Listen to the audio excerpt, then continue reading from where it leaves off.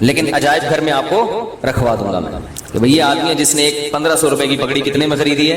1 کروڑ میں. تو اب اگر میں ایک چیز مہنگی کر کے بیچنا چاہتا ہوں اور کوئی اس میں رکاوٹ ڈالے تو ظالم کون ہوگا؟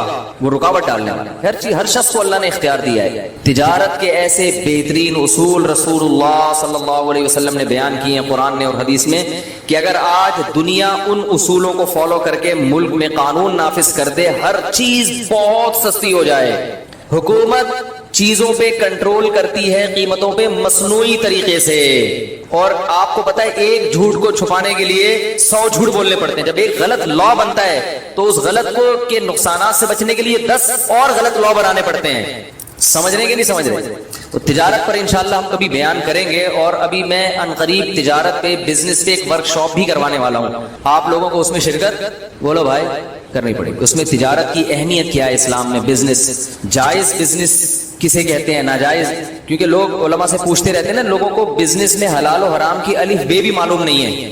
تو اس میں آپ کو انشاءاللہ اتنا بنا دیں گے, اتنا علم دے دیں گے کہ موٹے موٹے مسائل میں آپ کو علماء سے رابطے کرنے کی ضرورت نہیں رہے گی. آپ خود فیصلہ کر سکیں گے کہ یہ جائز ہے یا ناجائز. اس میں اسلام کے بزنس کے بیسک اصول کیا ہیں, ان کو آپ جب بین الاقوامی قوانین سے کمپیئر کریں گے تو آپ کو پتہ چلے گا کہ یہاں بھی اسلام کا پلڑا بولو بھائی بھاری ہے. ورکشاپ انشاءاللہ شروع ہوگی اور اس کے پیسے بھی ہوں گے.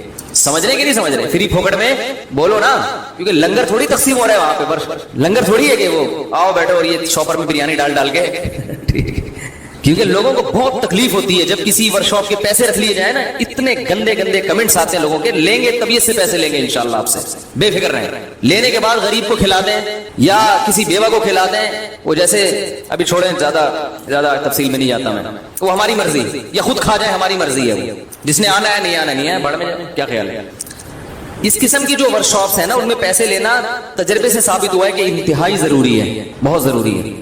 ابھی دیکھو رفیع بھائی نے رشتوں کا کام شروع کیا فری پھوکٹ میں. کتنے رجسٹر جمع ہو گئے, کتنے ہو گئے؟ 550. سارا دن لڑکے لڑکیاں دائیں سے بائیں کرتے رہتے ہیں بیٹھ کے, اس کو ادھر لگا دو, اس کو یہ والا ادھر پارسل کر دو, یہ ادھر مناسب رہے گی, اس کو ادھر پارسل کر دو, یہ والا نہیں, یہ ادھر کے لیے اچھا نہیں لگ رہا.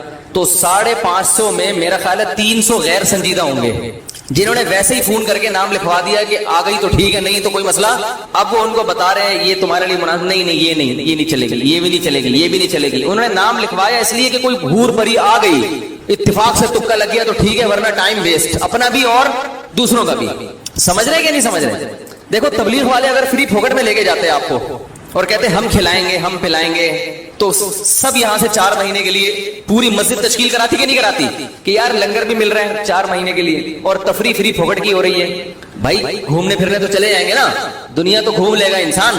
تو تبلیغ والوں نے رکھا بھائی جتنا خرچہ آئے گا پیسہ آپ کو خود دینا پڑے گا, ٹھیک ہے نا. کوئی ٹرسٹ نہیں ہے, کوئی انہوں نے ایسا ادارہ نہیں بنایا کہ جو لوگ تبلیغ میں جائیں گے تو ان میں جو غریب ہیں ان کے ساتھ تبلیغ والے تعاون کریں. نہ ادھار لے کے جاؤ پیسہ. وہ ایسے کلیکشن نہیں کرتے, وہ ایسے کرتے ہیں کہ آپ اس طرح سے کرتے ہیں کہ جماعت میں جب نکلے تو امیر صاحب کے پاس پیسے پہلے جمع کرا دو. ادھار کا نہیں رکھتے وہ لوگ. تو اس سے فائدہ کیا ہو رہا ہے, مخلص لوگ جا رہے ہیں. سمجھ رہے کہ نہیں سمجھ رہے؟ تو بے فکر رہے, اتنی زیادہ فیس نہیں ہوگی کہ آپ کوئی ہم اس کو بزنس ہی کا وہ بنا دیں, ایسا نہیں ہے. لیکن یہ بہت ضروری ہے. اس زمانے میں 2 چیزیں ہیں کہ ایک تو مسلمانوں میں بزنس کا رجحان کم ہو رہا ہے, یہ بہت خطرناک ہے. دنیا میں وہ شخص غلام تھا, غلام ہے, غلام رہے گا جو ہر وقت کیا بولوں گے میں, پھر وہ زبان بھی میری جو ہے نا بعض دفعہ وہ بلاغت نہیں آتی اگر بہت تمیز سے بات کی جائے بعض دفعہ, تو بس سمجھیں کہ اٹھائی گیری ہے. ہر وقت باس کی مکھن, اور جناب وہ ہر وقت جو آفسوں کا دفتروں کا ماحول ہے آپ دیکھیں نا جا کے کیا ہے, سوچ ہی نہیں بڑھتی انسان کی. ہمارے نبی نے تجارت کی. حضرت عثمان کیا تھے بولو بھائی, تاجر تھے. جتنے مالدار صحابہ ہمارے علم میں ہیں سب کے سب تاجر تھے. بعض لوگ اس پہ اشکال کرتے ہیں سارے تجارت کریں گے تو ملازمت کون کرے گا. جیسے ایک صاحب نے مجھ سے بھی سوال پوچھا کہ آپ کہتے ہیں اپنا مکان ذاتی مکان کے بجائے کرائے پہ رہ لو, وہ پیسہ کہیں اور لگا لو, تو جب سب کرائے پر لیں گے تو پھر کرائے پہ مکان ملے گا کہاں سے؟ اشکال سمجھ رہے ہیں بھائی. جب سب کسی کا ذاتی مکان ہی نہیں ہوگا, مفتی صاحب کے بیانات سن کے, تو کرایہ دار کو گھر کہاں سے ملے گا؟ وہ بھی تو کسی کا ذاتی مکان ہی ہوگا نا جس میں کرایہ دار جا کے رہے گا. بھائی آپ ہی کی سمجھ میں نہیں آ رہا تو کیسے پھر جواب کیسے سمجھیں گے؟ بھائی جب سب لوگ نیک بن جائیں گے اور ذاتی مکان بنانا چھوڑ دیں گے, دنیا کو مسافر خانہ سمجھیں گے, دنیا ہے گزر گئی گزران, کیا جھونپڑی کیا میدان, کیا اپنا ذاتی گھر, کرائے پہ رہو. تو جو ہم کرائے پہ رہتے ہیں وہ بھی تو کسی کا ذاتی گھر ہوتا ہے, تو پھر کرائے پہ بھی گھر نہیں ملے گا. تو بھائی بیان پورا سنا کریں تسلی کے ساتھ. مولانا صاحب کہہ کیا رہے ہیں, جیسے نوجوان نے میرا شادی پہ بیان سن لیا, یہ نہیں کہا کہ اپنے خرچے پہ, یہ والا نہیں سنا. اب ابا کو جا کے خون پی رہا ہے ابا کا کہ مفتی صاحب نے کہا 15 سال میں شادی ہو جانی چاہیے, تو مفتی صاحب نے یہ بھی تو کہا کہ اپنے خرچے پہ ہونی چاہیے, یہ والا نہیں سنا. کئی لوگ ایسے ہیں نوجوانوں نے خون پیا ہوا گھر جا کے ابا کا شادی کراؤ شادی کراؤ شادی کراؤ. ابا کہہ رہے کہ ابا تو ویسے ہی کسی کام کا نہیں ہے, بہو بھی میرے کھاتے میں لا کے ڈال رہا ہے, پھر سارے پوتے نواسے بھی میرے کھاتے میں لا کے ڈالے گا, میں کوئی کھولوں گا پہل سمجھا ہوا ہے تو نے مجھے. تو کیا بات کر رہا تھا, نہیں یہ جو ابھی بات آئی تھی آدھا بیان. ہاں ذاتی مکان جو ہے نا, تو بھائی میں نے ذاتی مکان بنانے سے منع نہیں کیا. میں آپ سے یہ کہہ رہا ہوں کہ اگر اللہ نے بہت دیا ہے تو ذاتی مکان بناؤ, پیسے جوڑ جوڑ کے نہ بناؤ. جب اللہ نے آپ کو پیسہ دیا تو 3 چیزوں کو پہلے فوکس کرو. نمبر 1, خوراک سب سے ٹائٹ. ذاتی مکان بنا لیا لیکن اچھا کھانے کے پیسے نہیں بچے, بھاڑ میں جائے ایسا مکان. یہ بھی تو باڈی بھی تو مکان ہے نا. ارے پہلے اس کی ہڈیوں کا سریا مضبوط کرو, پھر مکان میں سریا ڈالو. دودھ پینے کے پیسے نہیں ہے کم وقت کے پاس ہے بھائی, کیلشیم گھڑیوں ادھر کم ہو رہا ہے, فخر اس پہ کر رہا ہے میں نے ذاتی مکان بنایا, یہ مکان میرا ہے. ابے تو نے اتنی قسطوں پہ مکان لیا اور اتنی انویسٹمنٹ تم نے تھوپ دی اس کے اوپر, تم نے پوری زندگی تم جو کرنے کی جو اہم اس سے زیادہ چیزیں تھی, یہ تو بھائی چھت تو کرائے کے گھر پہ بھی ہو جاتی ہے نا, وہی چھت ہوتی ہے وہی پنکھا ہوتا ہے. لوگ کہتے ہیں مالک مکان نکال دے گا, تو نکال کے روڈ پہ تھوڑی کہیں اور چلے جاؤ. میں نے تو لاکھوں میں کوئی ایک کرایہ دار ہوتا ہے جو بیچارہ روڈ پہ آتا ہے, بلکہ کرایہ دار کو روڈ پہ لانا آسان نہیں ہے, وہ کم وقت نکلے گا کہاں. کرایہ دار کو گھر سے نکالنا پولیس نہیں نکال سکتی, قوانین کچھ ایسے بنے ہوئے ہیں. تو سب سے پہلے فوکس کرنا ہے کس کو, خوراک ٹائٹ ہونی چاہیے. سمجھ رہے ہیں, جتنی آپ کی تنخواہ ہے, ارننگ ہے, کاجو بادام پستہ یہ کھاؤ. میں نے لوگوں کو نہیں دیکھا یہ کھاتے ہوئے. اپنے ذاتی بنگلے ہیں, گھر ہیں, سرجانی میں 120 گز کا گھر بنا کے سینہ تان کے چل رہا ہے, میرا ذاتی گھر ہے. کھاتا کیا ہے تو, چائے میں ڈبو کے پاپے کھا رہا ہے سرجانی والا. تو بھائی ہم تم سے اللہ کا شکر ہے بہت اچھے ہیں. تو یہ جو کولیسٹرول ہے نا, کوئی ڈاکٹروں سے پوچھے, پھر وہ میں ڈاکٹروں کی فیلڈ میں ٹانگ نہیں اڑا رہا, میرے ڈاکٹروں سے تعلقات ہیں, کبھی ثبوت پیش کروں گا کن کن ڈاکٹروں سے تعلقات ہیں. سمجھ رہے ہیں, ابھی جو میرا سلیپ مینجمنٹ پر بیان ہوا ہے نا, سلیپ نیند کتنی ضروری ہے, کیسے ضروری ہے, اس پر یو کے ایک بہت بڑے اسپیشلسٹ ہیں, ان کا ریپلائی آیا, اگر کبھی موقع ملا تو وہ آڈیو سناؤں گا. انہوں نے کہا زبردست خاندانی بات کی ہے. سمجھ رہے ہیں, جو میں نے نیند پر ابھی بیان کیا ہے نا, نیند کتنی اور کیسے, بہت خوش ہوا اپریشیٹ کیا انہوں نے. خاندانی تو اتنے بیوقوف نہیں ہے جتنے لوگ سمجھتے ہیں بھائی. تو یہ جو کولیسٹرول ہے, بادام کاجو پستہ, ان چیزوں سے جو ہمیں چکنائی حاصل ہوتی ہے, یہ نقصان نہیں دیتی. یعنی میں تو یہ نہیں کہہ رہا کہ نقصان نہیں دیتی, بلکہ کم نقصان دیتی ہے. نقصان بھی اس صورت میں دے گی کہ آپ ایکسرسائز بالکل چھوڑ دیں, وہ تو پھر کچھ بھی کھاؤ گے. پھر زیتون کھانا نقصان دے اگر آپ اس انرجی کو یوٹیلائز نہیں کر رہے. وہ زیتون جس کی اللہ نے اتنی تعریف کی ہے, وہ بھی اگر آپ تھوکتے چلے جا رہے ہیں اور کوئی ایکٹیویٹیز نہیں ہے, پھر تو میرے بھائی کچھ بھی کھا لو گے. زمزم بھی اگر آپ پیتے ہی چلے جا رہے ہو کہ اللہ نے ہماری مہمان نوازی کی, اور آپ بوتلوں کی بوتلیں چڑھائے جا رہے ہو, بھائی تھوڑا سا پیو, پھر تھوڑا سا چلو اس کو نیچے تو بیٹھنے دو نا, پیتے ہی جا رہے ہو تو وہ بھی نقصان پہنچائے گا. تو بادام کھاؤ, پستے کھاؤ اور اخروٹ کھاؤ. اخروٹ کی شکل اللہ نے کیسی بنائی ہے, برین جیسی. یہ اللہ کی عجیب قدرت ہے. کچھ چیزیں ایسی اللہ نے بنائی ہیں کہ ان کی شکل میں اللہ نے میسج رکھ دیا ہے. سمجھ رہے ہو کہ یہ اس کے لیے مفید ہے. بالکل اخروٹ کا چھلکا بھی کھوپڑی جیسا, اور اندر سے جب نکلتا ہے تو کیسا, دماغ. بہت مفید ہے دماغ کے لیے. مسئلہ ہی سارا دماغ کا ہے نا ہماری قوم کا. بھائی اگر لوگ اخروٹ کھانا شروع کر دیں, آدھے مسائل قوم کے ویسے ہی حل ہو جائے. یہ سارا مسئلہ کہاں کا ہے, کھوپڑی میں ہی تو بات سمجھ میں نہیں آ رہی ہوتی. اب دیکھو میں کتنی اہم بات کر رہا ہوں کہ آدھی سے زیادہ لوگوں کو یہ سمجھ میں نہیں آئے گا. ابھی جائیں گے پھر وہی کھائیں گے, باہر سے جوس کے ڈبے لے کے پیئیں گے.